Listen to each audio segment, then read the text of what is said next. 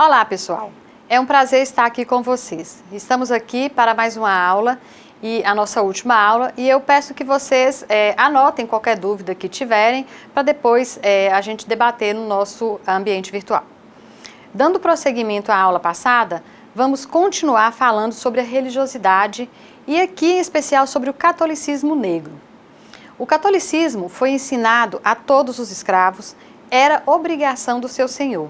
A formação de comunidades negras ou associações religiosas de homens pretos eram aceitas e estimuladas pela igreja. As principais eram Nossa Senhora do Rosário, Santa Efigênia e São Benedito.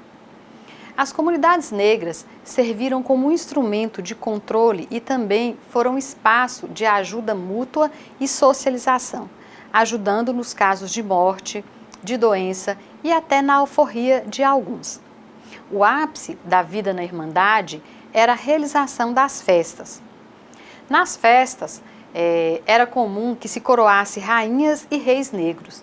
Eram coroados e festejados nas ruas com cantos e danças, ao som de ritmos africanos. No dia da festa dos santos, saíam em cortejos pelas ruas, despertando curiosidade e também reprovação. Marina de Melo e Souza escreve que na África, os africanos eram acostumados a ter um chefe que zelava, pelo bem-estar e pela ordem, a quem pediam conselhos, e aqui no Brasil, eles também escolhiam um líder nas comunidades. Um costume que foi adotado pelos seus descendentes e incorporados às festas dos santos católicos cultuados pelos negros. Nos anos de 1700, era comum serem chamados de reis de nação. A partir do século XIX, passaram a se chamar Rei do Congo. Ritos religiosos com estrutura africana e com a incorporação de elementos católicos aconteceram em virtude de um contato antigo com o catolicismo, ainda em terras africanas, principalmente em Luanda. Portanto, temos um sincretismo religioso que envolvia África e Brasil, católicos e muçulmanos e também índios. Os africanos e os seus descendentes foram adotando elementos católicos em sua cultura, foram formando novos e se integrando na sociedade brasileira e formando essa nova sociedade, mesmo que explorados e oprimidos. Outra questão bem trabalhada nas pesquisas é a participação dos escravos negros. Outra questão bem trabalhada nas pesquisas é a participação dos escravos e negros livres nos cultos católicos. Larissa Viana, no livro O Negro no Brasil, organizado por Hebe Matos e Marta Abreu, apresenta um estudo sobre as festas e irmandades negras no Brasil. Segundo Viana, a primeira forma que se pensou a participação dos escravos e negros livres nos cultos católicos defendia que eles abraçavam o catolicismo de forma superficial, misturando ritos católicos às crenças africanas. Essa visão era defendida por Nina Rodrigues, em fins do século XIX. Atualmente, interpretações como as de Mary Karachi e John Thornton permitem um novo olhar sobre o tema. Estes autores lançaram a ideia do catolicismo africano. Falar de um catolicismo africano requer considerar que os negros que vieram para cá são portadores de saberes, crenças e experiências que foram somadas à vida no cativeiro. Ou seja, suas concepções e valores religiosos também atravessaram o Atlântico e foram revividos e modificados de acordo com suas condições de vida. Cabe considerar que eles também foram atraídos pelos ritos católicos. As irmandades foram pensadas e incentivadas como forma de controle do espírito africano, mas os negros transformaram-na em instrumento de união, de socialização, de ajuda mútua, como já mencionado. As irmandades permitiam que os negros se organizassem de uma forma mais autônoma. O ingresso se dava mediante o pagamento de um determinado valor e o pagamento de taxas anuais. Esses valores eram administrados por um juiz da irmandade. Os conflitos, que certamente existiam, giravam em torno de pequenos furtos, imagens de santos quebradas, falsificação dos ritos contábeis. As irmandades se organizavam a partir da origem e algumas aceitavam somente africanos. A estrutura da irmandade revela que nem sempre eles tinham as mesmas ideias, os mesmos ideais, as mesmas motivações, os desejos, opiniões e vontades eram diferentes. Não se pode considerar os negros como um grupo único e, por isso, não é certo homogeneizar comportamentos e ações, da mesma forma que a gente estudou lá sobre os índios.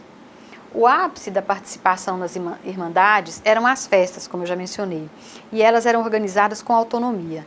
Os senhores e as autoridades costumavam nomear as festas de batuques, folias, vozerias, tocadas de pretos. Alguns senhores desconfiavam das festas, achavam que este era um momento propício para que os escravos organizassem revoltas e se rebelassem contra os seus senhores.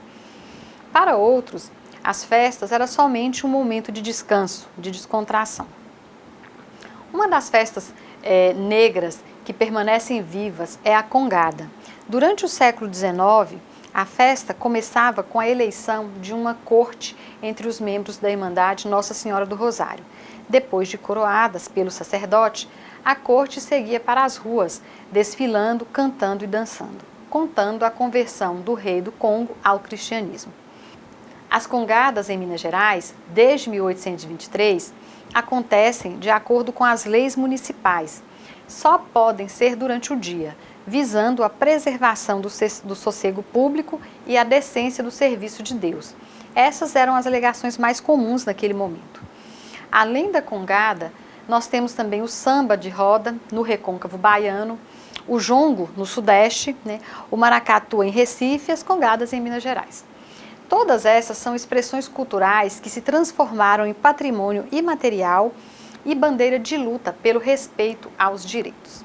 Bom, pessoal, aqui agora eu quero voltar em um outro assunto, que é o conceito de raça, tá? No início da aula passada, eu mencionei sobre as representações que a Europa, especialmente a cristandade medieval, tinha sobre a África. Pois bem, o texto do professor Kabengele Munanga, uma abordagem conceitual das noções de raça, racismo, identidade e etnia, traz para a gente, além da origem mítica, a noção científica de raça. Temos, no século XIX, um momento de pesquisas científicas que apresentam elementos como a cor da pele e os traços morfológicos como critérios de classificação. Esses critérios foram considerados irreversíveis em sua influência sobre os comportamentos dos povos. Então, temos uma mudança de perspectiva no século XIX. Abandona-se a concepção religiosa e a ciência passa a ser usada como um instrumento que justifica o racismo. Mais especificamente, o racismo nasce quando se associa comportamentos humanos aos caracteres biológicos.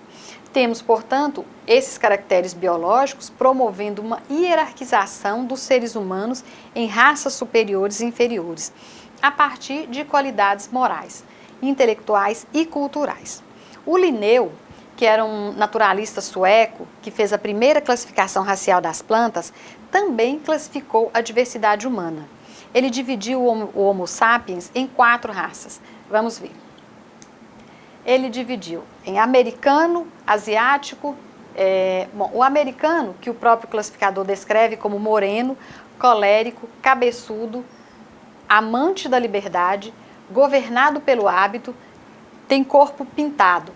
O asiático, Linneu descreveu como amarelo, melancólico, governado pela opinião e pelos preconceitos, e usa roupas largas. O africano, ele descreve como negro, flegmático, lento, astucioso, preguiçoso, negligente, governado pela vontade de seus chefes e unta o corpo com óleo ou gordura. Sua mulher tem vulva pendente e quando amamenta, seus seios se tornam moles e alongados. O europeu foi designado como branco, sanguíneo, musculoso, engenhoso, inventivo, governado pelas leis e usa roupas apertadas. Essa foi a divisão e as características dadas aos seres humanos de acordo com as suas raças. Como podemos perceber, essa divisão de Linneu atravessou o tempo e sobrevive até hoje. Como foi possível que essa concepção sobrevivesse no imaginário até os dias atuais? O que sabemos é que não há comprovação científica para o conceito de raça. Os estudiosos já concluíram que raça não é uma realidade na biologia, mas sim um conceito ineficaz para explicar a diversidade humana. Biologicamente e cientificamente, as raças não existem. Mas o fato de não existir raça, cientificamente falando, não quer dizer que todos os indivíduos sejam geneticamente semelhantes. Mas as diferenças que existem não são suficientes para classificar as pessoas em raças. Munanga segue dizendo que classificar não era o problema. A grande questão é que os naturalistas dos séculos XVIII e XIX hierarquizaram. É aí que está o problema, na hierarquização, né? Essa classificação da humanidade em raças deu origem à raciologia, que adquiriu visibilidade no início do século XX. Aos poucos foi perdendo espaço nos anos seguintes, mas foi recuperada pelos nacionalismos que usaram o conceito de raça para justificar perseguições e legitimar as exterminações, como no caso do Holocausto durante a Segunda Guerra Mundial. Lembrando que Hitler também perseguia os negros, né? O conceito de raça persiste ainda hoje. É usado pelas pessoas e também na academia. Inclusive, ainda existem pessoas que, mesmo após passarem pela academia, né, continuaram, né, pensando que o conceito de raça é real. Né, tamanha a eficiência desse discurso. O uso deste conceito é justificado como sendo uma construção sociológica, como uma realidade social e política. Após a década de 1970, o termo racismo é alargado. Ele passa a existir as pessoas passam a dizer que existe racismo contra as mulheres, contra jovens, homossexuais. O racismo é reduzido à rejeição ou injustiça social. O uso generalizado do termo racismo pode mascarar a realidade porque banaliza os seus efeitos. O conceito fica vazio e sem importância. Então a gente observa um deslocamento do eixo central do racismo, que acontece, por exemplo, na África do Sul, por meio do apartheid. O apartheid, oficialmente, foi definido como um projeto político de desenvolvimento que separava negros e brancos. Dizia-se baseado no respeito das diferenças étnicas ou culturais dos povos da África do Sul. Temos um projeto fundamentado no multiculturalismo, política e ideologicamente manipulada, como ressalta o Kabengele Munanga. É com base em um respeito às identidades culturais que vemos os discursos contra os imigrantes na Europa, por exemplo. Né? Temos um racismo novo, que não é mais ancorado no conceito de raça. Este novo racismo é construído com base nas diferenças culturais e identitárias. No caso brasileiro, a ideia de que vivíamos uma democracia racial impediu durante muito tempo que se debatesse essa questão. Felizmente, estamos trazendo à tona e enfrentando esses problemas, né? Os problemas da escravidão, por exemplo. Bom, pessoal, agora eu gostaria de voltar, né, para um texto e para uma discussão que é muito pertinente e que está relacionada com isso tudo. O texto Direitos Humanos ou Privilégios de Bandidos, Desventura da Democratização Brasileira. Esse é um texto que está postado na sala virtual, né? E nesse texto, a autora faz uma abordagem muito interessante sobre como as transformações pelas quais o país passou no momento da abertura política foram usadas por grupos contrários aos direitos humanos para criar uma imagem negativa deste junto à população. Isso aí é logo após o fim do governo militar, né, no início da década de 70. Mas coisas durante a década de 70 foram acontecendo que dão base para essa discussão. A Caldeira observa a cidade de São Paulo, mas seu texto, escrito nos primeiros anos da década de 90, pode ser usado como ponto de partida para entendermos como os direitos humanos foram associados a privilégios de bandidos. E é sobre isso que eu quero falar agora. Bom, nos anos de 1970 e 1980, os movimentos populares lutavam por direitos, né? Muitas pessoas lutavam por direitos, e eram vários tipos de direitos. A luta era pelo direito a ter direitos. A gente já conversou sobre isso, mas é muito importante que se traga novamente essa discussão. Foi um período em que as ações eram diferentes das tradicionais, ou seja, daquelas que aconteciam anteriormente. Os movimentos, eles se organizavam nos bairros contra a carestia, eles reivindicavam habitação, creche, saúde e educação, basicamente direitos sociais. eram direitos para a coletividade, sobretudo porque essas pessoas experimentavam uma vida de carências múltiplas, né? A pobreza na América Latina e no Brasil naquele momento era alarmante.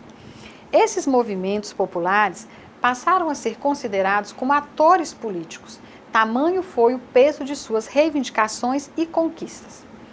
A luta era travada por direitos considerados como direitos sociais, saúde, habitação, educação, transporte e muitos outros, legitimando a ideia de que direitos para a população trabalhadora e carente.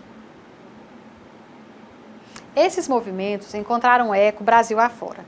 Por exemplo, o Movimento de Defesa dos Favelados foi fundado em Montes Claros nesse mesmo período. Foi uma época de intensas transformações sociais, envolvendo principalmente as questões políticas. Nesse período, direitos humanos e direitos adquirem conotação semelhante. Direitos considerados como sociais são tidos como direitos humanos, principalmente no discurso da Igreja Católica, que defende que os direitos humanos são todos aqueles direitos que afetam as condições de vida dos dominados. Mas, em algum momento, os direitos humanos, que são direitos comuns a todos os seres humanos, passaram a ser associados, e aqui estamos falando de Brasil, a privilégios de bandidos. Acredito que isso se deve ao fato de não saberem o que são direitos humanos, o que significa direitos humanos, né? Já desde a década de 70, a ideia de direitos adquire novos contornos. Temos, como salienta a Teresa Caldeira, um alargamento dos direitos, ou para citarmos Bobbio, né, temos uma multiplicação dos direitos aqui no Brasil. A noção de direitos políticos era que estava mais em evidência, principalmente porque o país estava vivendo as consequências de uma experiência autoritária. Portanto, com o fim do governo militar, falar de direitos humanos era falar dos direitos políticos, e isso implicava falar também das prisões arbitrárias e da tortura. Todas essas questões foram debatidas a partir de um discurso que buscava defender a democracia, a participação política, os direitos de expressão e de reunião, direitos que não foram respeitados no governo militar. Eu já falei antes, né, que os movimentos que lutavam e colocavam os direitos humanos na ordem do dia tiveram apoio da Igreja Católica, por meio principalmente das SEBs, né, e das pastorais e daqueles que formaram a teologia da libertação, ancorados em um pensamento de esquerda, né, e também no pensamento, né, nas questões do movimento sindical, que se renovara com o novo sindicalismo, ali a partir de final da década de 70. Esse era o momento em que nasciam as centrais sindicais e também o momento de reconfiguração de toda a cena política brasileira, com a formação de novos partidos políticos, com a formação das centrais sindicais, com a emergência de novos atores políticos, né? Alguns estudiosos do tema apontam a participação de representantes do governo de São Paulo no início dos anos 1980. Portanto, as pesquisas que tratam do tema dos direitos humanos, ou pelo menos as primeiras teses, têm como espaço de análise a cidade de São Paulo. Portanto, foram esses os atores sociais que se colocaram como defensores desses direitos. E aqui temos duas questões observadas pela Teresa Caldeira, ao tratar especificamente da cidade de São Paulo. A primeira é que os argumentos se davam tendo como fio condutor a oposição ao governo militar e a defesa dos direitos dos prisioneiros políticos, né? O segundo é que, em termos de organização, a lógica desses movimentos seguia o modelo dos movimentos populares que lutavam por direitos coletivos.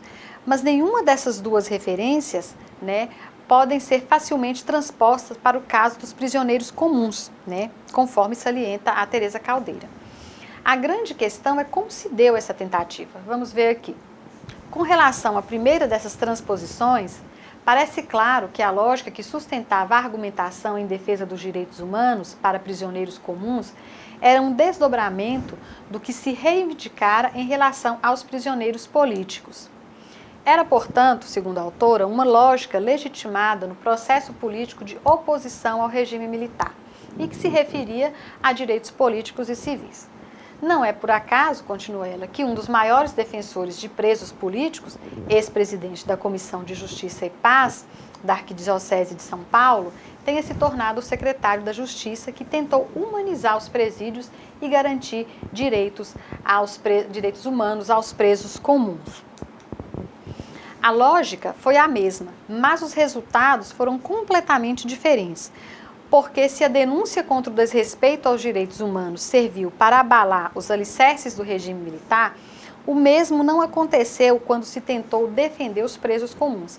As instituições que o fizeram foram abaladas.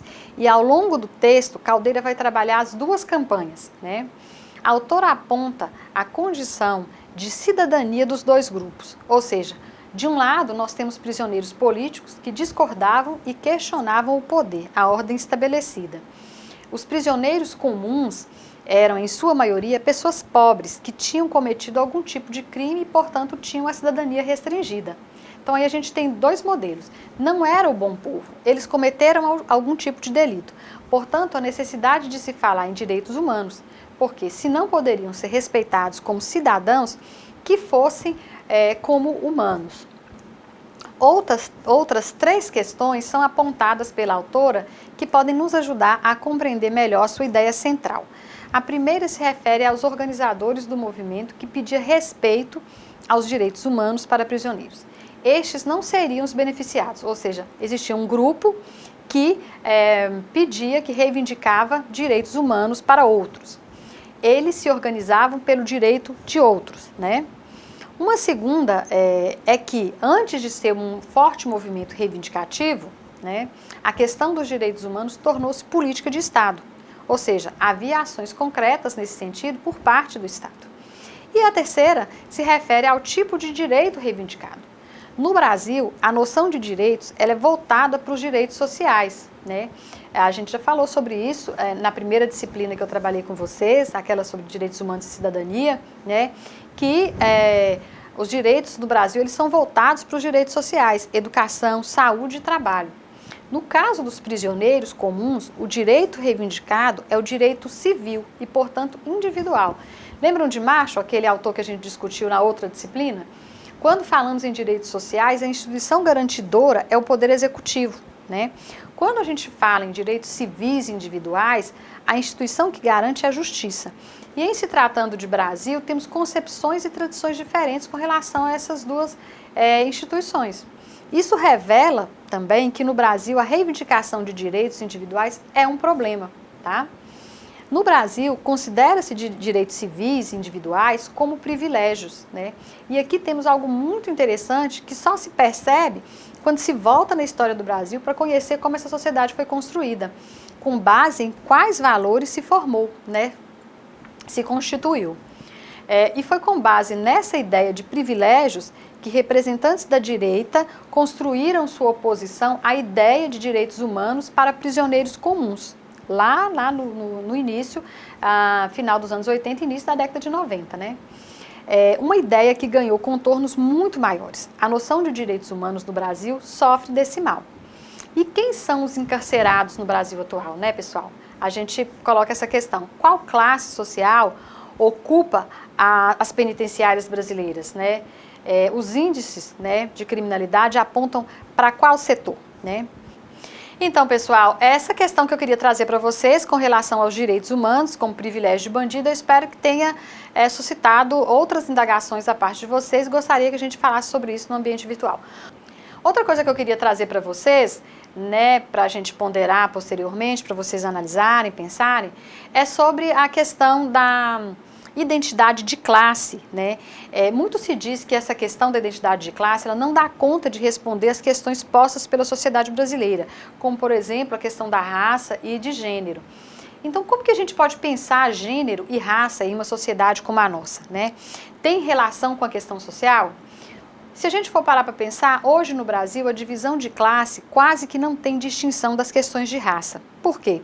Porque a questão da classe passa pelo debate racial, porque essa é uma questão estruturante da desigualdade social em nosso país, né?